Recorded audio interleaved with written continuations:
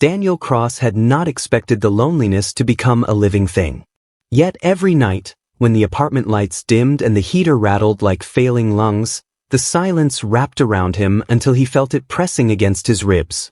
40 years old, divorced, forgotten by most of his friends, Daniel lived in a world that had shrunken to a cubicle, a microwave, and a bed he rarely slept in. The only color in his days came from the glowing screen of his phone, where Marisol's voice waited for him like warmth he didn't deserve. He found her on a travel photography forum. It started with a comment she left beneath a picture he posted of Lake Michigan. "Your photo feels like a breath I didn't know I needed." He replied out of politeness.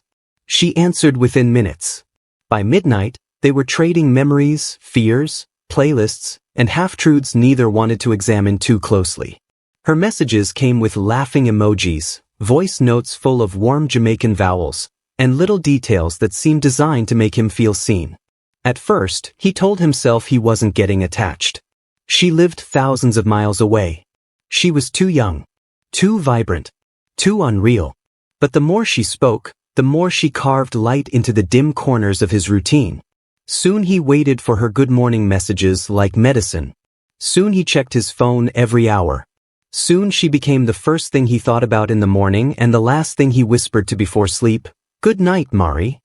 One evening, after another hollow dinner eaten alone, he received a voice note that felt like a jolt to the chest. "Daniel, I wish you were here. I feel like I can tell you anything." Her voice trembled, almost shy. "You make me feel safe." Nobody had said that to him since before his marriage collapsed, before years of resentment turned his home into a battlefield. He replayed that voice note until guilt and longing mingled into something he could barely stand. Within days, their conversations deepened. She confessed she had never met a man who listened the way he did. He confessed he felt invisible everywhere except with her. Their late-night exchanges became softer, slower, charged with emotion neither dared name. And yet, she never video-called. Each time he suggested it, she offered excuses about her phone, her hair, the lighting, her comfort level. Still, her words were enough to anchor him. One night, after a particularly raw exchange about their past heartbreaks, she wrote, "Maybe one day you'll visit me in Jamaica. I'd show you the turquoise water, the hills, everything that heals me." He stared at those words for a long time. It felt reckless, foolish, dangerous. But it also felt like the first invitation he had received in years, to hope, to be wanted, to step out of a life that had stopped belonging to him. He booked the ticket after midnight on a Thursday, his hands shaking as if he were signing a confession. He did not tell his coworkers. He did not tell his ex-wife. He barely told himself. He only messaged Marisol, "I'm coming." Her reply came instantly, as if she had been waiting in the dark for him to leap. "Daniel, you won't regret this. I promise." Those words followed him into sleep, bright enough to drown the hesitations he ignored. And though he felt the smallest flicker of unease under the excitement, he smothered it. After all, she was the only one who had reached through the numbness. And he was ready, desperate, for someone to change his life.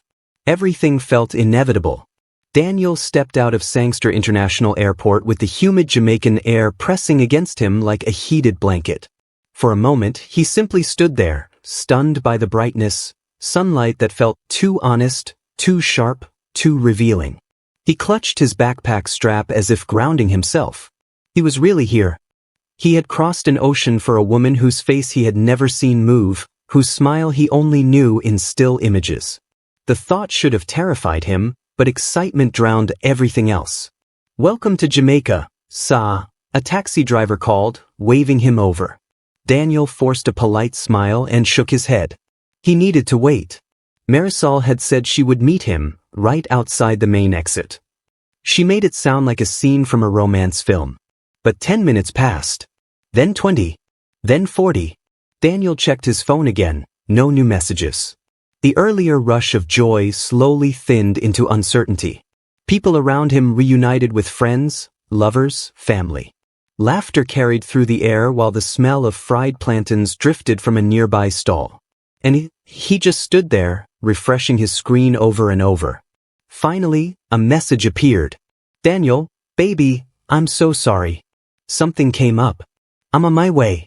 Please don't leave. No explanation. No voice note. Just those words. He tried to breathe. She's nervous, he told himself. Maybe overwhelmed. Maybe shy. After all, this was real now. Real for both of them. Another 20 minutes crawled by before he saw her. Or rather, saw a small figure weaving through the crowd, waving shyly. At first, Daniel thought she was a child running toward someone behind him. But the closer she came, the more his stomach twisted, because the face was unmistakable. It was Marisol's. The eyes, the lips, the wide bright smile he had memorized. Only she was a dwarf. Her head barely reached his chest. Daniel blinked, his mind refusing to catch up with what his eyes were telling him. His pulse thudded in confusion, embarrassment, and something else, something like betrayal. "Daniel," she said, her voice exactly as warm as he'd always imagined. She lifted her arms as if expecting a hug.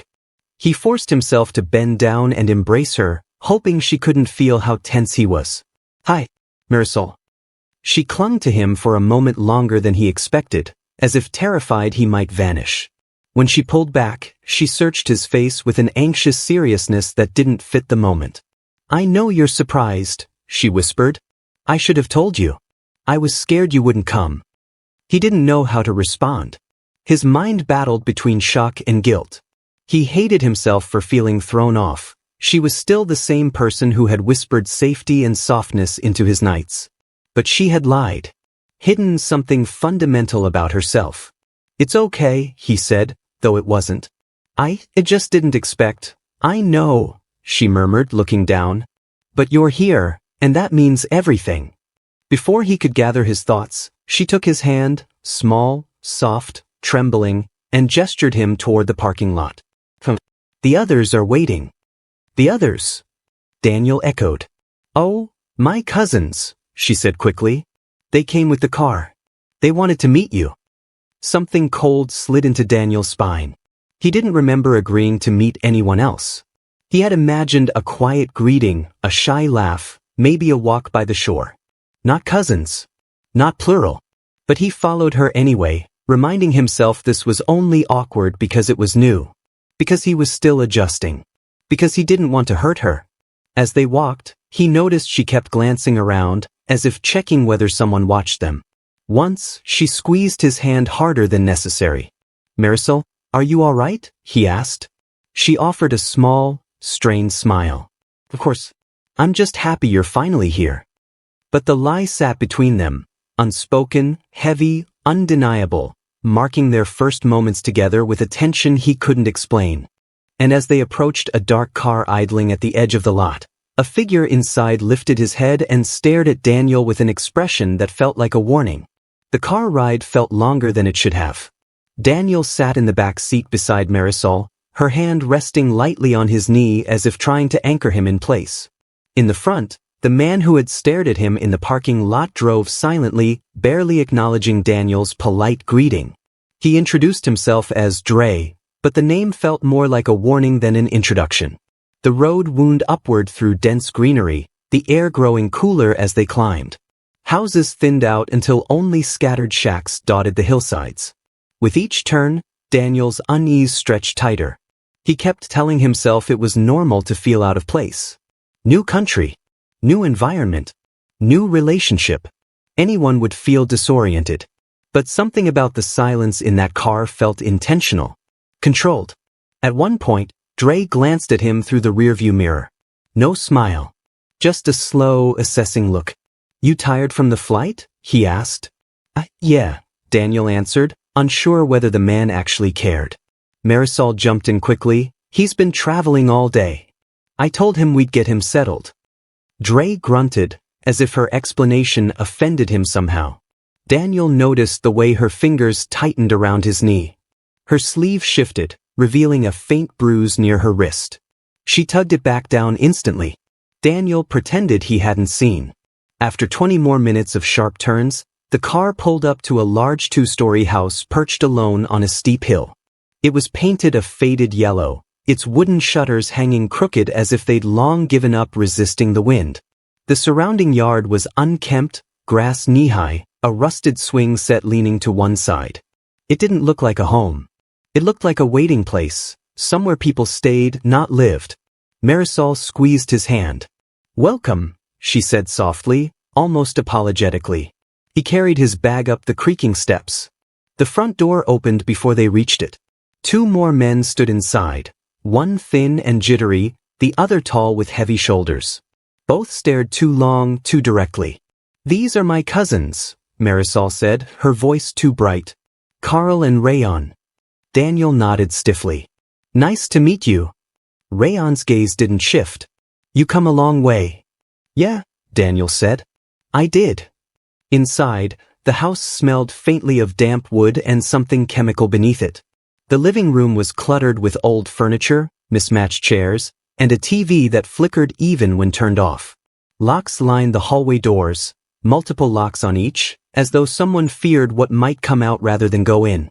"This is where you'll stay," Marisol said, guiding him to a small guest room. The bedspread was clean, but the window had bars. Daniel tried to smile as if everything were normal, as if he weren't noticing every detail that told him to turn around and leave. Marisol lingered near the doorway. "I know it's not fancy," she murmured, her eyes searching his face, "but it's safe."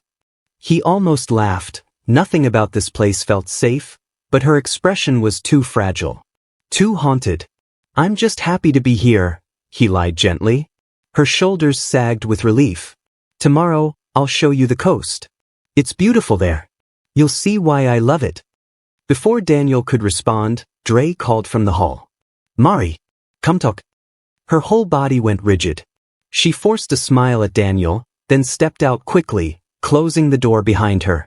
He heard hushed voices, Dre's firm, hers sharp and trembling. Daniel sat on the bed, staring at the barred window. He had crossed an ocean for love, for hope, for escape. But now, surrounded by strangers and secrets, he felt like he'd walked into someone else's life, one he didn't understand. Then he heard footsteps in the hallway. Slow, heavy, purposeful. Someone paused outside his door. Daniel held his breath. A low voice, Dre's, murmured something he couldn't make out. And in that moment, Daniel knew this house held more than cousins and awkward introductions. It held danger. And whatever was coming next, he wasn't prepared for it. Daniel barely slept. Every sound in the hallway jolted him awake. The creak of floorboards, the murmur of voices, the slam of a distant door. By morning, his nerves were already stretched thin, and the smell of strong coffee drifting through the house felt like the only familiar thing in this strange place. He stepped into the kitchen cautiously. Marisol stood by the counter preparing eggs, humming softly. She looked calmer than she had the night before, but the shadows under her eyes told another story. At the table sat the tall, heavy-shouldered cousin, Rayon, scrolling through his phone. He didn't look up.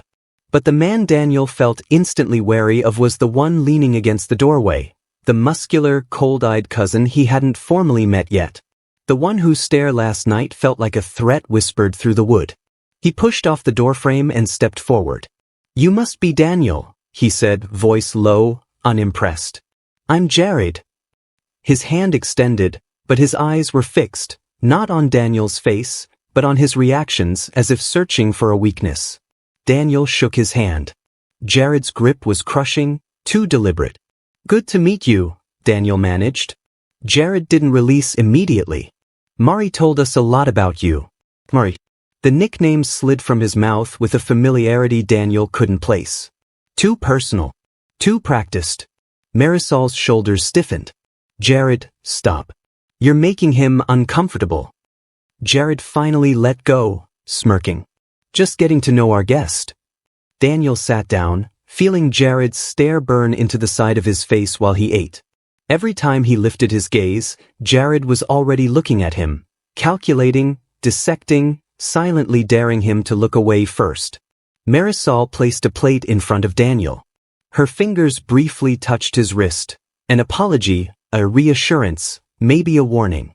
They ate mostly in silence until Jared spoke again. "So, Daniel, what exactly made you want to come all the way here?" The question was casual. The tone wasn't. Daniel swallowed. I wanted to meet Marisol. Jared chuckled, shaking his head as if amused by something Daniel couldn't see.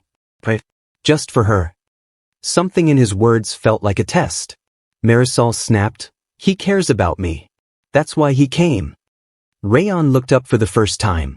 "Plenty come for other reasons." "Rayon," Marisol warned under her breath. Daniel forced himself to stay calm. "I came because we connected. That's all." Jared leaned in slightly, eyes narrowing. "You seem honest enough. But people don't always stay that way. Especially tourists." Marisol set her utensils down, her voice tight. "Enough. He's my guest." Jared stared at her for a moment, too long, before stepping back and walking out of the kitchen without another word. But the shift in the room was unmistakable. Whatever authority existed here, it wasn't hers. And it definitely wasn't Daniel's. Later that afternoon, Marisol led Daniel outside to show him the view from the hill. The sea shimmered in the distance, blue and unreal. For a moment, Daniel almost believed the tension in the house was just in his head. Then he noticed Jared standing on the balcony upstairs, watching them. Not casually. Not accidentally. Watching. "Does he always do that?" Daniel asked, trying to keep his voice steady. Marisol tensed beside him. "He just looks out for me. That's not what it feels like." She didn't deny it. Instead, she wrapped her arms around herself, the breeze lifting her hair. "Jared raised me when my mother died. He thinks he owns pieces of my life that don't belong to him anymore." Daniel turned to her. "Is he dangerous?" She hesitated. "Not if people don't make him angry." That answer chilled him. She took a deep breath and tried to pull herself together. "Let's go inside. Dre wants to talk to everyone about plans for tonight." "Plans?" Daniel repeated. Marisol didn't meet his eyes. "Just family stuff." As they walked back toward the house, Daniel felt the weight of Jared's gaze tracking their every step. The wind rustled through the grass like whispers of warning. Something was happening here, something he was not supposed to understand yet. And Jared, with his cold stare and quiet authority, seemed determined to ensure he didn't. Inside, Daniel heard voices rising. Dre, Rayon, Jared, arguing about something in low, urgent tones. Marisol grabbed Daniel's hand. "Just stay close to me," she whispered. Her voice trembled. And Daniel finally understood. Whatever secrets this house held, he had just walked into the middle of them.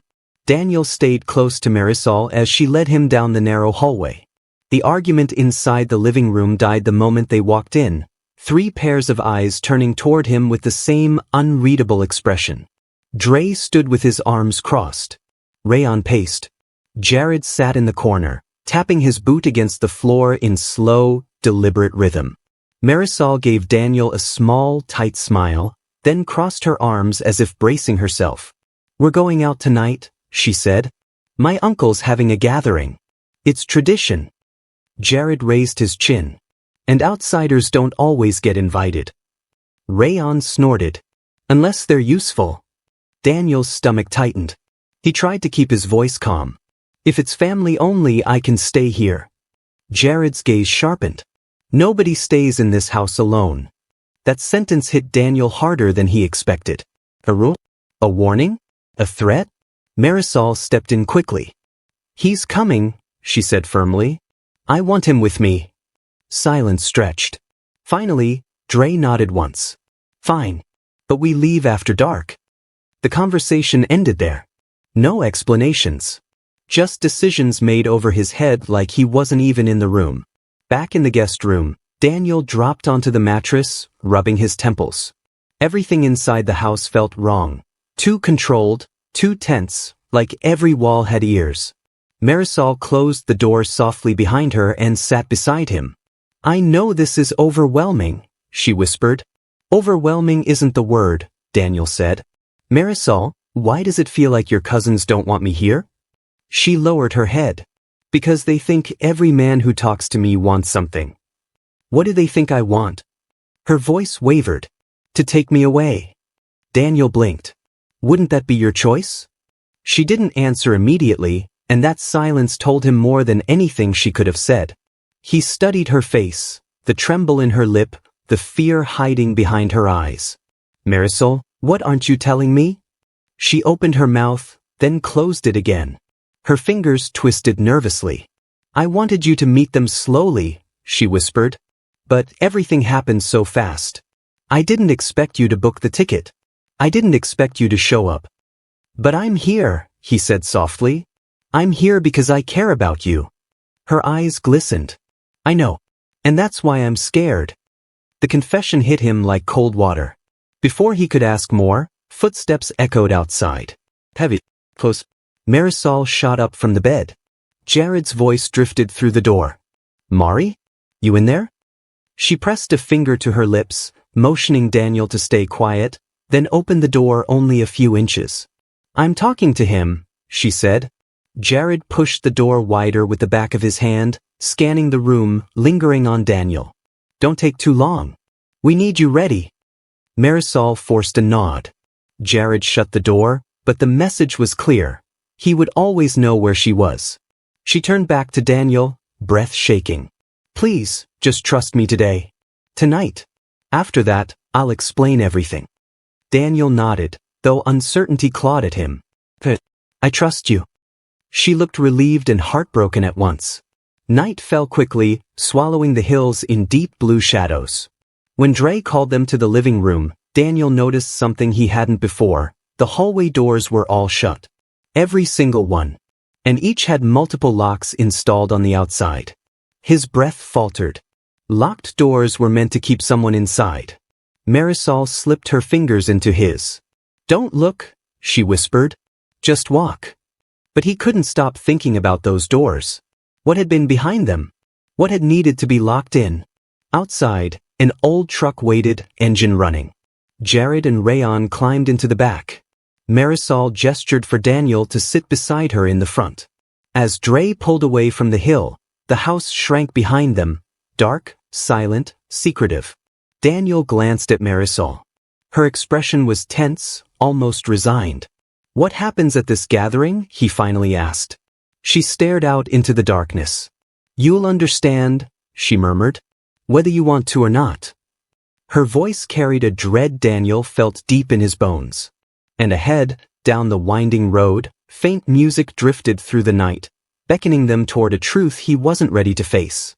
James couldn't sleep after the argument. Lily had stormed off to her room. Carlos had slammed the back door so hard the windows rattled. The house, once mysteriously quiet, now felt charged, alive, almost listening. Every board creaked a little too intentionally, every shadow lingered a little too long. He lay awake replaying Lily's last words. James, stop asking questions. Not everything here is your business. But wasn't it? He had flown across the country for her. He wasn't some random tourist wandering into their lives. He was supposed to be welcomed, trusted, loved. Instead, everything around him felt curated, controlled, hidden. Especially that one door at the end of the hallway. The locked one. The one Lily said was just storage. James hadn't believed it then, and he definitely didn't believe it now. Sometime after midnight, the house finally settled into silence. Even the wind outside seemed to hold its breath. James slipped out of bed, his socked feet making no sound against the old wood. He opened his door slowly, wincing at every small crack of movement, and stepped into the hallway lit only by the moon crawling through narrow windows. As always, the locked door waited. But still, too still. He reached out and pressed his ear to it. Nothing. He tried the knob. Still locked. Then, from behind him, a board creaked. James spun around. Lily stood there, arms crossed, hair messy from sleep, eyes wide. Not with anger this time, but something sharper. What are you doing? She whispered harshly. James swallowed. Lily, you're hiding something. And I'm tired of pretending I don't see it. Her jaw tightened. Go back to bed. No, he said. Not until you tell me what's in there. She looked down the hall toward Carlos's room, as if expecting him to appear. Then, with a soft exhale, she reached into the pocket of her oversized hoodie and pulled out a small silver key. James's stomach tightened. So she had been carrying it this whole time. Fine, she whispered. But you won't like what you find. She inserted the key and the lock gave a quiet, final click, like a breath being released. The door creaked open, and a cold draft brushed over James's skin. The room was pitch black, as though the darkness inside had weight. Lily stepped in first, flicking on a single hanging bulb. The yellow light buzzed to life. James froze. It wasn't storage. It wasn't anything close. The walls were covered with photos, papers, and maps, lined in neat rows, pinned with colored markers and strings connecting one image to another. James saw Lily's face everywhere. But not the Lily he knew. These were candid shots. Sleeping, walking, talking to strangers. Even photos of her in other states. "What is this?" he breathed. Lily didn't answer. She watched him instead, watched his reaction, watched the confusion twist into dread. Then his own face stared back at him from the wall. A printout of his Facebook profile. A picture of him at his office. Another of him at a grocery store near his apartment. One he'd never posted anywhere. His throat tightened. "Lily, why is my picture here?" She didn't blink. "Because you weren't supposed to come yet?" "Come for what?" His voice cracked. She stepped closer, lowering her voice. "James, things here aren't what you think. Carlos, he's not just my cousin. And this trip wasn't random. You were chosen." James stepped back, heart pounding so loudly it drowned out everything else. "Chosen for what?" he whispered. Lily moved toward the door and shut it behind them, turning the lock with an eerie finality. "For what happens next," she said. And before James could speak, footsteps echoed down the hall, heavy, deliberate, heading straight toward the room. Carlos's footsteps grew louder, each one thudding through the hallway like a countdown. The locked room suddenly felt smaller, the air heavier, as if the walls themselves were bracing for what was about to happen. Lily pressed her back against the door, eyes wide, breathing fast. "Don't say a word," she hissed. James's pulse hammered. His gaze darted from the wall of photos to Lily's trembling hands. She wasn't acting like the cold, controlled woman he thought she was. She looked terrified, of Carlos, of the house, of something bigger. The footsteps stopped right outside. "Lily," Carlos called from the hall, voice low and dangerous. "Open the door." Lily swallowed. "We're just talking." "That room isn't for talking." The doorknob rattled violently. "Open it." She mouthed one word at James, "Stay quiet." Then she unlocked the door. Carlos pushed it open, filling the doorway like a threat given form. His eyes flicked across the room, lingering on James, narrowing when they landed on the wall of photos that Lily hadn't had time to cover. "You brought him in here?" Carlos growled. Lily stepped between them. "He was going to find out anyway." "That wasn't your call," he snapped. James felt something inside him shift, fear, anger, betrayal blending into a cold clarity. "I deserve to know why you two have been tracking me," he said. Carlos's stare cut through him. "You shouldn't even be here." "Then why invite me?" James shot back. Carlos exhaled, long and sharp. "You were supposed to come next month. Not now. We're not ready." James stiffened. "Ready for what?" But before he could speak, Lily grabbed his wrist. "Not here," she whispered.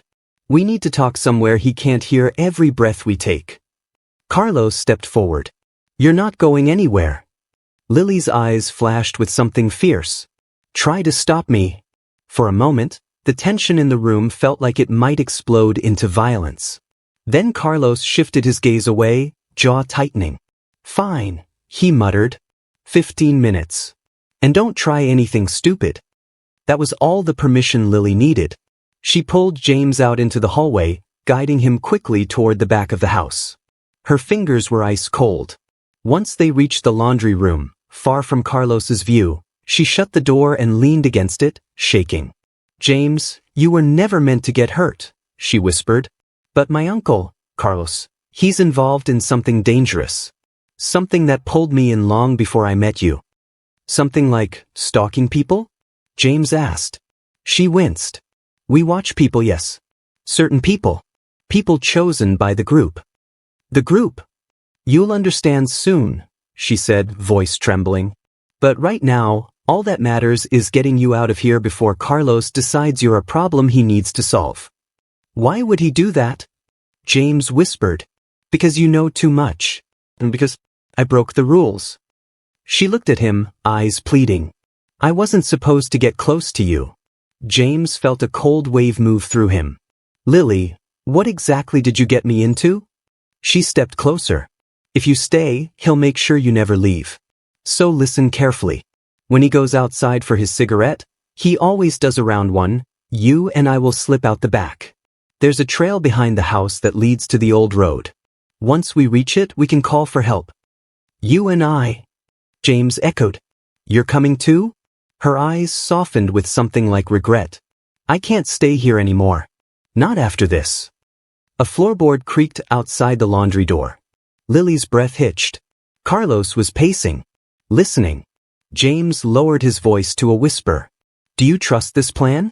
It's the only one we have, she murmured. If we don't leave tonight, we won't leave at all. James nodded slowly, heart pounding as the weight of her words hit him. They weren't escaping a house. They were escaping whatever dark purpose lurked behind that wall of photos. Lily checked the time on her phone. 12:47 a.m. 13 minutes until the plan began. She opened the door a crack, scanning the hallway, then looked back at James with a mix of hope and dread. Stay ready, she whispered. When 1 o'clock hits, we run. And from the opposite end of the house came the unmistakable sound of a door unlocking, followed by Carlos's low voice on the phone, saying something James wasn't sure he wanted to hear. It was only 3 words, do it now. The second James heard Carlos say, do it now, something cold gripped his spine. Lily's face drained of color. She grabbed his hand, hard, pulling him toward the back door with silent urgency. Every creak of the floor felt amplified, every shadow in the hallway ready to reach out and pull them back in. Stay close, she whispered. Through the kitchen window, James saw the faint orange glow of Carlos's cigarette sparking to life near the side of the house. A few minutes early, Lily clenched her jaw. He's nervous, she muttered. That makes him unpredictable. They eased the back door open. The humid Jamaican night wrapped around them instantly, thick, buzzing with crickets, heavy with the scent of cane and wet soil. The long fields behind the house stretched into darkness, swaying like a restless sea. Lily tugged James toward the trail. Move fast. Don't look back. They hurried into the tall stalks, the cane brushing against their arms with whispering shivers. Every few seconds, James glanced over his shoulder, half expecting Carlos to appear out of the shadows with a machete. When they were deep enough that the house was only a faint silhouette, they slowed. Lily leaned against a cane stalk, breath shaking. Just a little farther, she said. Once we reached the old shed, a sharp crack split the night. A gunshot. James froze. The sound echoed across the fields, bouncing off the hills. He's shooting, James whispered. No, Lily said, eyes wide. He's signaling. Signaling who? Before she could answer, the canes to their left rustled violently. James reached instinctively for Lily, pulling her behind him. A dark figure stumbled out, limping, clutching his shoulder, blood streaking down his arm. Lily gasped. Uncle Ezra? Ezra, the older man who had barely spoken at dinner, collapsed onto his knees. Run. James knelt beside him. What happened? Ezra coughed, gripping James's forearm. Carlos called the others. He told them you opened the room. He told them the outsider knows. Lily's voice trembled. Why are you bleeding? Ezra's eyes flicked to the canes behind him. Because I tried to slow them down. Them? James said. Ezra swallowed. The group, the people who own that house. Who own us. Before James could ask more, distant voices echoed through the fields, shouting, calling out Lily's name, James's name, ordering the searchers to fan out. Lily crouched beside Ezra. Come with us. Please. He shook his head. I can't. They'll track me. But you do. He tried to push himself up but couldn't. James steadied him automatically. Ezra looked at James with surprising gentleness. I always hoped Lily would find someone different. Someone who wasn't part of this hell. Lily wiped her eyes. "Uncle, take him and run," Ezra whispered. "The shed. The road. Don't stop." The voices grew louder, closer, boots crunching through cane. Ezra suddenly shoved James hard. "Go!" James grabbed Lily's hand, pulling her deeper into the field. Behind them, Ezra's voice rose in a hoarse yell, distracting the searchers, giving them a chance. Then came another gunshot. Lily's scream tore through the night, but James clamped a hand over her mouth, pulling her into a crouch. "We can't stop," he whispered, voice breaking. "If you stop, he died for nothing." Tears streamed down her face, but she nodded. They moved again, weaving through the canes, following the faint moonlit path toward the old shed. Each step squished into damp soil. Each breath was a fight to stay quiet. A flashlight beam cut across the field behind them. Voices shouted, "They went this way." James's heart pounded as they reached the clearing, the rusted shed barely standing, its metal sides riddled with holes and vines. Lily yanked the door open. Hinges screeched. Inside was darkness, thick and suffocating. James pulled her in and shut the door softly. Outside, the search party neared, the crunch of boots all around the shed, their shadows flickering through the cracks in the metal. Someone kicked the ground near the entrance. James held his breath until his lungs screamed. Then, a scream tore through the air, farther out in the field. One of the searchers had found something. Or someone. The men ran toward the noise. Silence wrapped around the shed again. Lily collapsed to her knees, shaking. "James, they won't stop. They won't stop until we're dead." James knelt beside her, gripping her shoulders. "Then we don't let them find us." Through a crack in the shed wall, he could see the faint outline of a dirt road, just beyond the tree line. "We make it there," he whispered, "or we don't make it at all." And somewhere behind them, deeper in the cane, a slow, rhythmic crunch of footsteps began moving in their direction. Alone, deliberate, and unmistakably Carlos. The slow, deliberate footsteps outside the shed scraped against James's nerves like a blade. Carlos wasn't rushing. He was savoring each step, confident, patient, the kind of predator who already knew the cornered prey had nowhere left to run. Lily pressed her back against the metal wall, trembling so hard James could feel the vibrations through the floor. "He's alone," she whispered. "That means he wants to talk before he kills us." James swallowed. "Then we don't let him talk." But the footsteps stopped directly outside, and Carlos's voice seeped through the thin metal like venom. "Lily, you know this is pointless." She buried her face in her hands. James placed a hand on her shoulder, grounding her, reminding her she wasn't alone. Carlos continued, voice unbearably calm. "You think you're saving him? You think you can run from what you were born into? This is bigger than us. Bigger than the house. Bigger than Ezra." At Ezra's name, Lily choked out a sob. Carlos tapped the door with something metallic, slow, rhythmic. A knife. A machete. Something meant to send a message. "You want the truth, James?" Carlos said. "Ask her. Ask Lily what she really told you with those messages. Ask her why you were chosen." James felt Lily stiffen beside him. Her silence was abrupt. Heavy. Too heavy. He turned slowly. For what?" Her breath hitched. Carlos chuckled. "See? She still won't say it." James's pulse pounded in his ears. "Lily, talk to me." She shook her head, tears streaming. "I didn't want you to know like this." "Know what?" he whispered. "The group," she whispered. "They don't just watch people. They recruit them. They look for certain traits, isolated men, predictable, lonely enough to disappear without starting a war." James felt the air leave his lungs. "Disappear? We were supposed to guide you," she said, voice cracking. "Make you trust us. Get you comfortable." And then, Carlos cut in smoothly. "Bring you in." James pressed a hand to his forehead. Everything, the sweet messages, the sudden love, the rushed invitation, slotted together like pieces of a cruel puzzle. His stomach twisted. "So I wasn't special to you," he said hollowly. "I was a target." Lily grabbed his face with shaking hands. "It started like that. But I swear to you, James, it didn't stay that way. I meant everything I said. You changed me. You made me want to leave.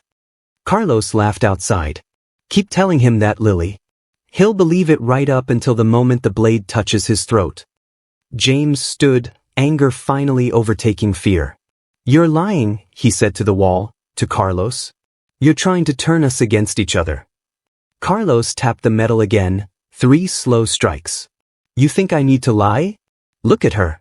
She won't deny the plan. She can't. Lily closed her eyes, tears falling silently. James's voice softened. Just tell me the truth. She opened her trembling lips. We were supposed to take you tonight. Before you found the room. Before you started asking questions. That's why Carlos is angry. I ruined everything. The confession sliced through him. Not because she said it, but because she said it with shame instead of malice. She hadn't been playing a role anymore. She had been trapped between a life she never chose and a man she wasn't supposed to care for. Carlos suddenly grabbed the shed door handle and rattled it violently. Time's up. James pulled Lily back. His mind raced for a plan, any plan. The cracks in the shed let in slivers of moonlight and revealed something else. A shadow. Someone else approaching from the left side of the field. Footsteps softer than Carlos's. But coming fast. Lily noticed it too. James, someone else is out there. Carlos stopped rattling the door. Silence settled like dust. Then, from just outside the shed, a woman's voice whispered, shaky, urgent, and unfamiliar. James? Lily opened the door. If you want to live, you need to come with me. No. James froze. Lily's eyes widened in terror. Because she recognized the voice. And it wasn't part of their nightmare. It was worse.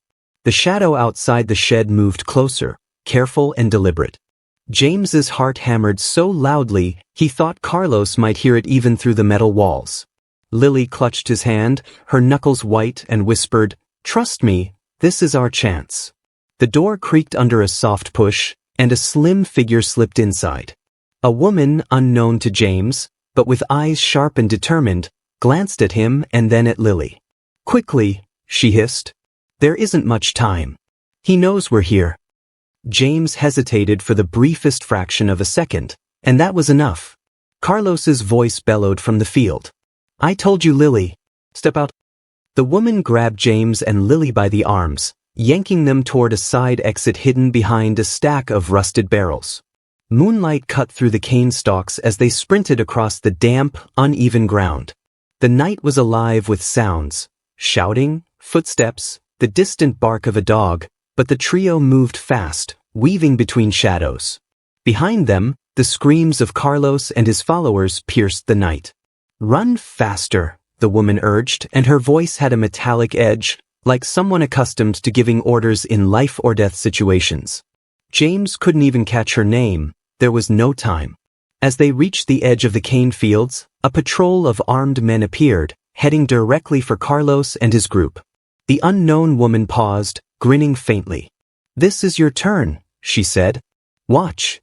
From the darkness emerged a second team, uniformed authorities, lights swinging, weapons drawn. Their coordinated movement cut off the pursuers. James realized the ambush had been prepared long before they arrived. It wasn't luck, it was justice, swift and cold. Carlos barked orders, but the police moved like a single organism, closing in. Shots rang out, warning shots first, then one piercing scream as a man fell. Lily gasped, clutching James. He felt bile rise in his throat, but also a strange relief. Finally, the tables had turned. The woman tugged at James again. Move. Stay low. They ran toward a nearby dirt road, the sound of chaos shrinking behind them. James's legs burned, lungs heaving, but the adrenaline carried him. Finally, the first lights of a small police vehicle appeared at the road's end, and the woman waved frantically. Get in. Get in now. Inside the car, they collapsed onto the seats, drenched in sweat, hearts racing. The woman's face softened for the first time. You're safe, for now, she said. But you'll need to answer questions, both to the authorities and to yourself. James looked at Lily. Her face was pale but alive. She had survived. He had survived. They had made it through a night he had been certain would end in blood. The sirens behind them faded into the distance, but James could still see the chaos, the flashing lights, the officers detaining Carlos, Rayon, and Dre. He realized that every lie, every secret, every calculated manipulation had finally caught up with the perpetrators. Justice, in its quiet and violent way, had taken a side. Lily exhaled, her body trembling. "I never thought," she began, but the words trailed off. James reached for her hand. "Neither did I," he said, voice hoarse. "But it's over, at least for now." The woman in the passenger seat gave a small nod. "Not completely. There's still more truth to uncover, more people who need protection. But tonight you live. That counts." James looked out the window, at the fading lights, the cane fields now silent under the moon. The night had been carved in fear, but it had ended with survival. For the first time, he felt something he hadn't felt in years: control. Agency. A fragile, burning hope. And though the road ahead was uncertain, the night had made one thing clear: some lies could be forgiven, some truths had to be faced, and some justice, when it finally arrived, didn't ask for permission. The car moved forward, carrying them into the unknown, leaving the fields and the darkness behind. The first light of dawn cut through the haze, painting the horizon in shades of blood orange and bruised purple. James rubbed his temples, trying to make sense of the chaos from the night before. The cane fields that had been a theater of fear, death, and desperate survival were now eerily silent, stretched out under the pale, forgiving light. The smell of smoke still lingered faintly, drifting from scattered embers left where the fires Carlos had started had burned through the underbrush. Paradise, it seemed, had been scorched, not by nature, but by human hands. Lily leaned against the side of the car, still shaking. Her hair was tangled, damp with sweat and dew. "I can't believe it's over," she whispered, though the tremor in her voice betrayed that her fear hadn't fully loosened its grip. James knelt beside her. "It's over for now. The police took them," he said, nodding toward the direction of the distant flashing lights. "Carlos, Dre, Rain, they won't be coming after us again."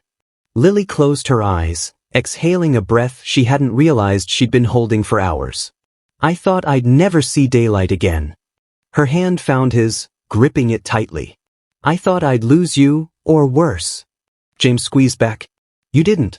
We made it." But even as he said it, his mind raced with questions.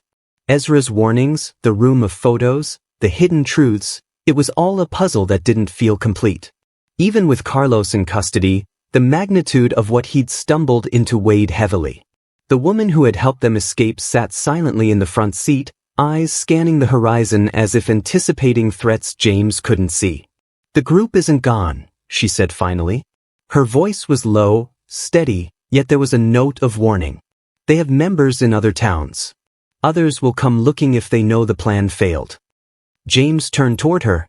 "Other towns? How many?" She shook her head. "Too many to count. And they're organized. They have rules, hierarchies, and punishment. But for now, the ones here are neutralized." James exhaled slowly, letting some of the tension leave his chest. He looked at Lily again, noticing the way her body finally slumped in exhaustion. "We need to leave this place," he said, voice firm. "Leave everything behind. If they can find us, the nightmare isn't over." Lily nodded. "I never wanted him, or them, to have power over my life again. This place, it was never home. Not really." Her eyes scanned the horizon.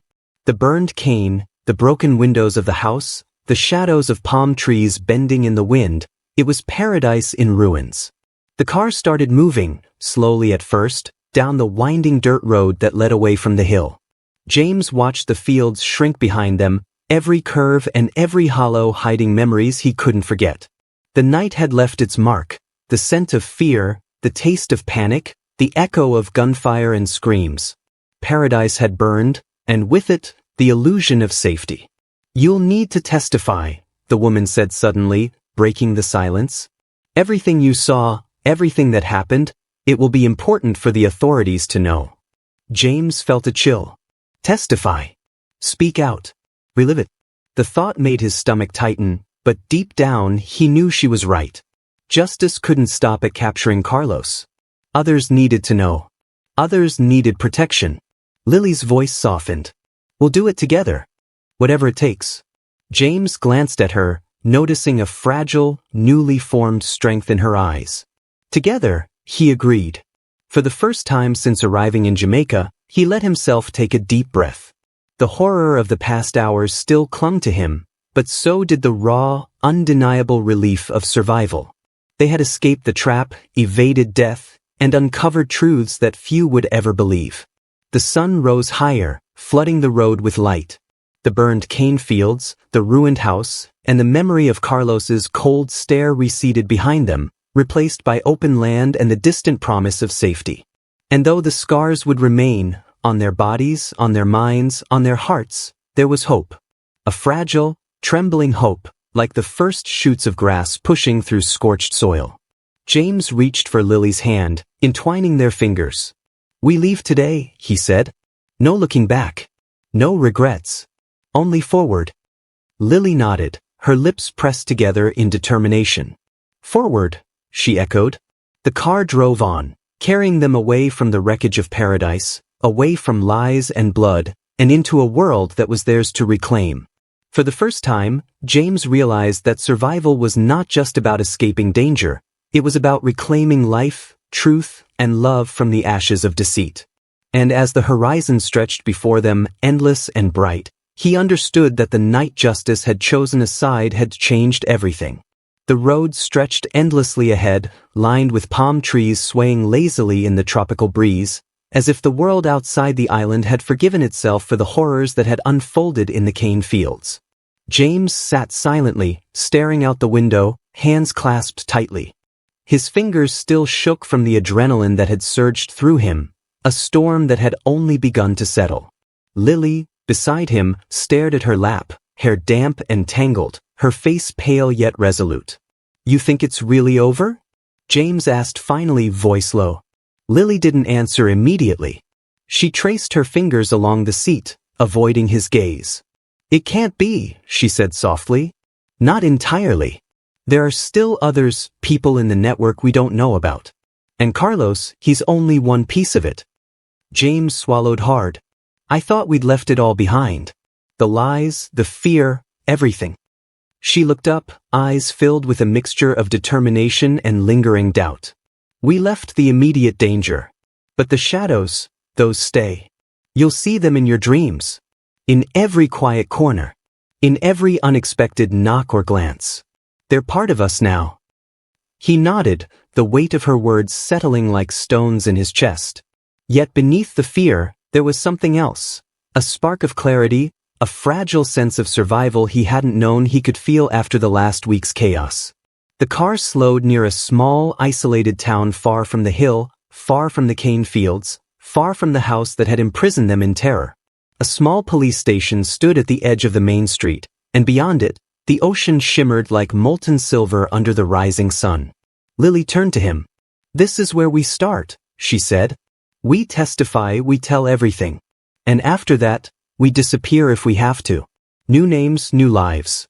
Anything to keep them from finding us. James nodded. Anything to keep us alive. The next few hours were a blur. They met with investigators, recounted the events, described Carlos, Dre, Rayon, and the woman who had helped them escape. James watched as the authorities took notes, their faces grim, their hands steady. The weight of truth now had the power of law behind it. When they were finally released, the sun was high, warm, and relentless. They walked along a quiet stretch of sand, feet sinking slightly into the soft grains. For the first time, James felt something close to peace. The ocean's rhythm soothed his nerves, the wind tangled in Lily's hair, and the distant calls of seabirds seemed almost comforting. You know, he said, voice breaking the silence, I never thought I'd feel normal again. After all of that, Lily smiled faintly. Normal? Maybe not. But alive? That's something. A long pause followed, filled only by the crashing waves. Then she looked at him, eyes clear. James, we have a choice. We don't have to let them define us. We don't have to live in fear. He nodded, heart swelling with cautious hope. We make our own rules now. The horizon stretched infinitely, a blank canvas for a life unshackled by the past.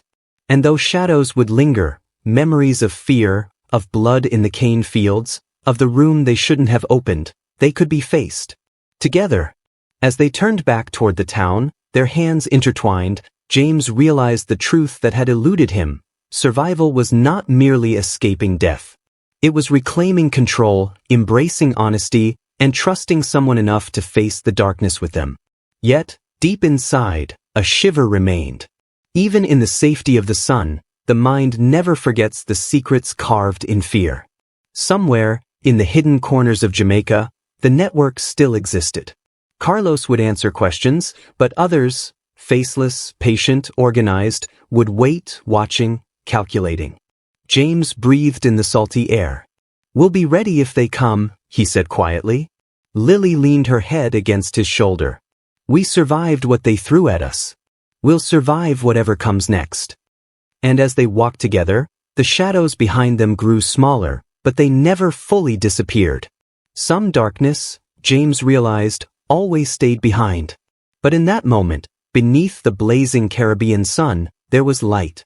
And for the first time in days, he felt the weight of it, pure, unshakable, and enough to carry them forward. The road ahead was unknown, but it was theirs. And for now, that was enough.